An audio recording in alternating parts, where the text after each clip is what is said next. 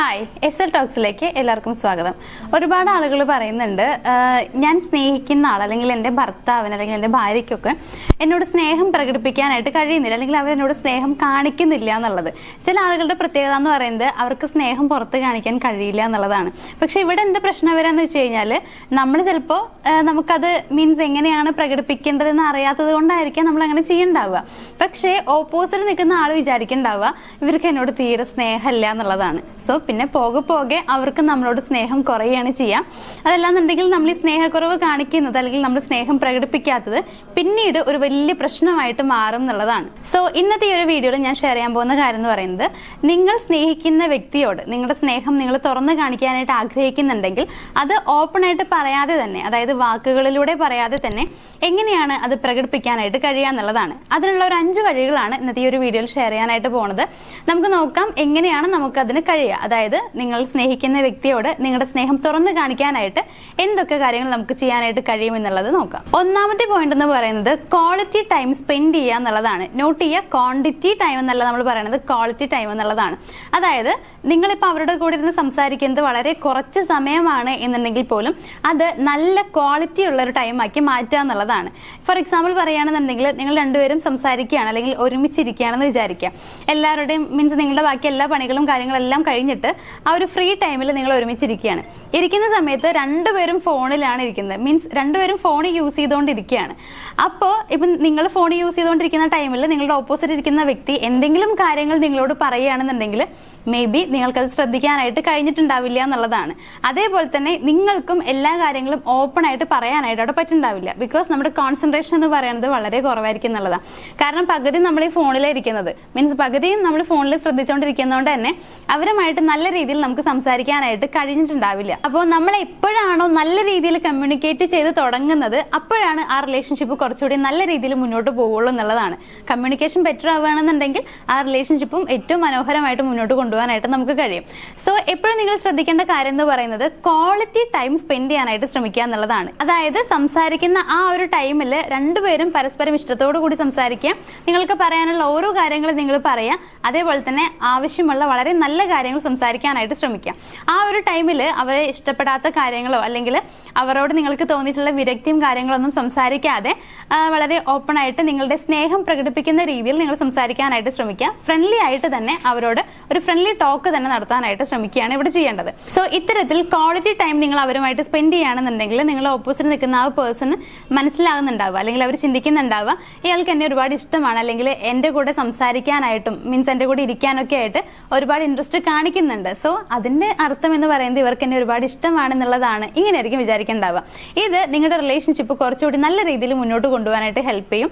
അതേപോലെ തന്നെ നിങ്ങളുടെ ഇഷ്ടം തുറന്നു കാണിക്കാനുള്ള ഒരു വഴിയായിട്ടും നിങ്ങൾക്കത് യൂസ് ചെയ്യാവുന്നതാണ്. നമ്മുടെ രണ്ടാമത്തെ ഒരു വഴി എന്ന് പറയുന്നത് നല്ല ലിസണറായി മാറുക എന്നുള്ളതാണ്. ഇപ്പൊ നമ്മൾ സംസാരിക്കുക എന്നുള്ളത് പോലെ തന്നെ വളരെ ഇമ്പോർട്ടന്റ് ആയിട്ടുള്ള ഒരു കാര്യമാണ് ലിസണിങ് എന്ന് പറയുന്നത്. അവർ പറയുന്ന കാര്യങ്ങൾ കേൾക്കുക എന്നുള്ളത്. ചില ആളുകളുണ്ട് ചുമ്മാ കേട്ടിരിക്കുന്നുണ്ടാവും, പക്ഷെ പകുതിയും മറ്റെവിടെയെങ്കിലും ആയിരിക്കും ശ്രദ്ധിച്ചിരിക്കുന്നുണ്ടാവുക എന്നുള്ളതാണ്. അപ്പൊ ഇങ്ങനെ വരുന്ന സമയത്ത് എന്താ പ്രശ്നം ഉണ്ടാവുക എന്ന് വെച്ച് കഴിഞ്ഞാല് അവര് വിചാരിക്കും നമ്മൾ ഇതൊക്കെ കേൾക്കുന്നുണ്ട് എന്നുള്ളത്. പക്ഷെ പിന്നീട് ഒരു അവസരത്തിൽ ഞാൻ അന്ന് അങ്ങനെ പറഞ്ഞിട്ടുണ്ടായിരുന്നില്ല, അതിന്റെ ഇടയിൽ ഞാൻ വേറെ എന്തോ കാര്യം പറഞ്ഞല്ലോ, എന്താണ് അതെന്ന് പറഞ്ഞിട്ട് നമ്മളോട് ഡൗട്ട് ചോദിക്കുമ്പോൾ നമ്മൾ പറയും നീ എപ്പോൾ എന്നോട് ഇങ്ങനെ പറഞ്ഞു, അല്ലെങ്കിൽ നീ എപ്പോൾ എന്നോട് സംസാരിച്ചു എന്നുള്ള രീതിയിലായിരിക്കും നമ്മൾ ചോദിക്കുന്നുണ്ടാവുക. എന്താന്ന് വെച്ച് കഴിഞ്ഞാൽ നമ്മൾ മുഴുവനായിട്ടും അത് ശ്രദ്ധിച്ചിട്ടില്ല എന്നുള്ളത് കൊണ്ടാണ്. സോ അത് പിന്നീട് ഒരു വലിയ പ്രശ്നമായിട്ട് മാറാനുള്ള ചാൻസ് ഉണ്ട്. അതേപോലെ തന്നെ അവർ സംസാരിക്കുമ്പോൾ നിങ്ങൾ ഇതേപോലെ കേൾക്കാൻ ഇൻട്രസ്റ്റ് ഇല്ലാത്ത പോലെ ഇരിക്കുകയാണ്, അല്ലെങ്കിൽ അത് കേൾക്കുന്നില്ല, കേൾക്കുന്ന പോലെ ഇരിക്കുന്നുണ്ട് പക്ഷെ അതിലേക്ക് അധികം ശ്രദ്ധയൊന്നും കൊടുക്കുന്നില്ല എന്നുള്ളത് ഓപ്പോസിറ്റ് നിൽക്കുന്ന വ്യക്തിക്ക് മനസ്സിലായി എന്നുണ്ടെങ്കിൽ ഉറപ്പായിട്ടും അവരുടെ മനസ്സിൽ അത് അവരിങ്ങനെ വെക്കുന്നുണ്ടാവും. പിന്നീട് ഒരു അവസരത്തിൽ നിങ്ങൾ തമ്മിലൊരു വഴക്കുണ്ടാവുന്ന സമയത്ത് മേ ബി ചെറിയൊരു കാര്യത്തിലൊരു ക്ലാഷ് ഉണ്ടായാൽ പോലും അവർ ഈ ഒരു കാര്യം അതിൽ എടുത്തിടുന്നുള്ളതാണ്.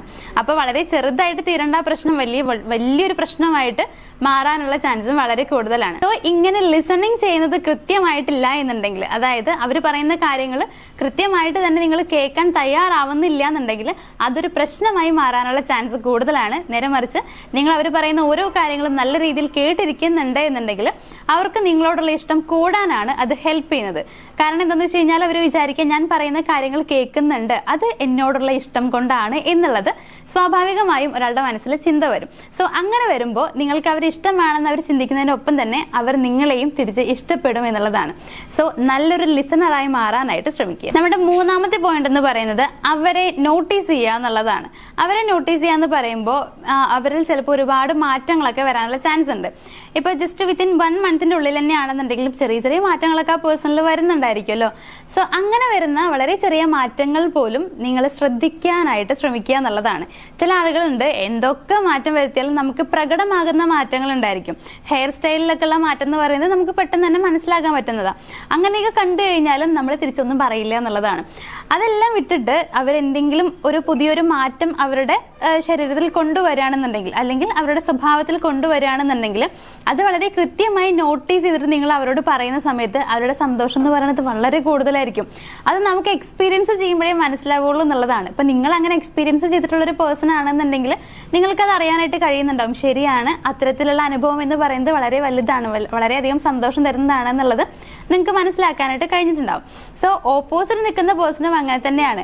അവരുടെ ഓരോ കാര്യങ്ങളും നമ്മൾ ശ്രദ്ധിക്കുന്നുണ്ട് എന്ന് അവർക്ക് തോന്നുമ്പോൾ അവരുടെ മനസ്സിൽ വല്ലാത്ത സന്തോഷമായിരിക്കും ഉണ്ടാവുക. ഇപ്പോൾ എൻ്റെ ചെറിയ കാര്യങ്ങൾ പോലും ശ്രദ്ധിക്കുന്നുണ്ട് എന്നുള്ളൊരു തോന്നൽ അവരിൽ വരാനുള്ള ചാൻസ് ഉണ്ട്. അപ്പൊ ഇതും നമ്മൾ അവരോട് നമ്മുടെ ഇഷ്ടം തുറന്ന് കാണിക്കുന്നതിന്റെ ഒരു ഭാഗമാണ്. സോ ഓപ്പൺ ആയിട്ട് എനിക്ക് നിന്നെ ഒരുപാട് ഇഷ്ടമാണെന്ന് എപ്പോഴും പറയാനായിട്ട് നമുക്ക് കഴിയണമെന്നില്ല. അതുകൊണ്ട് തന്നെ ഇങ്ങനെയുള്ള കാര്യങ്ങളൊക്കെ നിങ്ങൾ ചെയ്താൽ മതി. സോ ഇത്തരത്തില് അവരിലുള്ള മാറ്റങ്ങൾ നോട്ടീസ് ചെയ്ത് അത് അവരോട് പറയാനായിട്ട് ശ്രമിക്കുന്നത് വളരെ നല്ലൊരു കാര്യം തന്നെയാണ്. അപ്പൊ നമ്മുടെ നാലാമത്തെ ഒരു വഴി എന്ന് പറയുന്നത് മീനിങ് ഫുൾ ആയിട്ടുള്ള ഗിഫ്റ്റുകൾ പ്രൊവൈഡ് ചെയ്യുക എന്നുള്ളതാണ്. അതായത് നമ്മൾ സാധാരണ ഗിഫ്റ്റുകൾ കൊടുക്കാറുണ്ട്, എന്തെങ്കിലുമൊക്കെ ചെറിയ ചെറിയ ഗിഫ്റ്റുകളും കാര്യങ്ങളും കൊടുക്കാറുണ്ട്. അതല്ലാതെ അൺഎക്സ്പെക്റ്റഡ് ആയിട്ട് എന്തെങ്കിലും ഗിഫ്റ്റുകൾ കൊടുക്കുക. അതും അവർക്ക് യൂസ്ഫുൾ ആയിട്ടുള്ള അല്ലെങ്കിൽ നമ്മൾ കൊടുക്കുന്ന ഗിഫ്റ്റിൽ തന്നെ അവർക്ക് മനസ്സിലാക്കാൻ പറ്റണം എന്താണ് നമ്മളുടെ സ്നേഹം എന്നുള്ളത്. എന്ന് വെച്ച് കഴിഞ്ഞാൽ വളരെ വലിയൊരു ഡയമണ്ടിന്റെ മോതിരം വാങ്ങി കൊടുക്കണമെന്നോ ഗോൾഡ് വാങ്ങി കൊടുക്കണമെന്നോ ഒന്നല്ല ഉദ്ദേശിക്കണത്. പക്ഷേ നമ്മളുടെ സ്നേഹം എന്താണെന്നുള്ളത് പ്രകടമാകുന്ന രീതിയിലുള്ള ഗിഫ്റ്റുകൾ നിങ്ങൾക്ക് അവർക്ക് കൊടുക്കാം.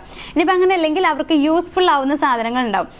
ഇപ്പൊ അതിന് ഏറ്റവും നല്ല എക്സാമ്പിൾ പറയുകയാണെന്നുണ്ടെങ്കിൽ അവരെന്തെങ്കിലുമൊക്കെ നിങ്ങളോട് അവരുടെ എന്തെങ്കിലും ആഗ്രഹങ്ങൾ പറഞ്ഞിട്ടുണ്ടായിരിക്കും.